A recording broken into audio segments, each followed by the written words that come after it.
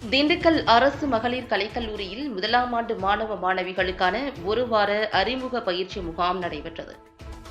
திண்டுக்கல் அரசு மகளிர் கலைக்கல்லூரியில் முதலாம் ஆண்டு மாணவ மாணவிகளுக்கான ஒரு வார அறிமுக பயிற்சி முகாம் மாவட்ட ஆட்சியர் சரவணன் தலைமையில் நடைபெற்றது.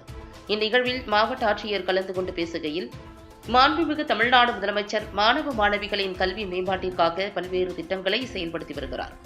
இதில் பள்ளிக் கல்வியை முடித்த மாணவ மாணவிகள் அனைவரையும் ஏதாவது ஒரு உயர்கல்வியில் சேர்த்து படிக்கின்ற வாய்ப்பை ஏற்படுத்த வேண்டும் என்பதற்காக பல்வேறு நடவடிக்கைகளை மேற்கொண்டு வருகிறார்கள். கல்வி என்பது தனி மனிதன் மற்றும் இந்த சமூகத்தின் அடித்தளம்.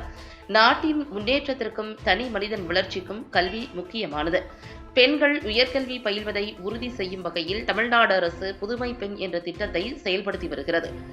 மேலும் 6ஆம் வகுப்பு முதல் 12ஆம் வகுப்பு வரை அரசு அல்லது அரசு உதவி பெறும் பள்ளிகளில் படித்து உயர்கல்வியில் சேரும் மாணவிகளுக்கு ஊக்கத்தொகையாக மாதந்தோறும் ரூபாய் 1000 அவர்களின் வங்கிக் கணக்கிற்கு நேரடியாக செலுத்தப்பட்டு வருகிறது.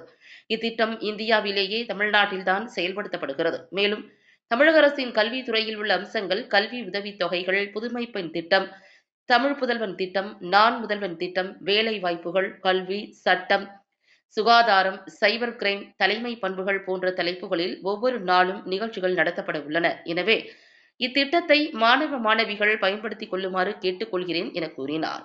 இந்நிகழ்வில் மாவட்ட காவல் கண்காணிப்பாளர் பிரதீப், கல்லூரி முதல்வர் முனைவர் லட்சுமி, இணை பேராசிரியர்கள் முனைவர் நாகநந்தினி, முனைவர் ராஜேஸ்வரி மற்றும் பேராசிரியர்கள், மாணவ மாணவிகள் என பலர் கலந்து கொண்டனர்.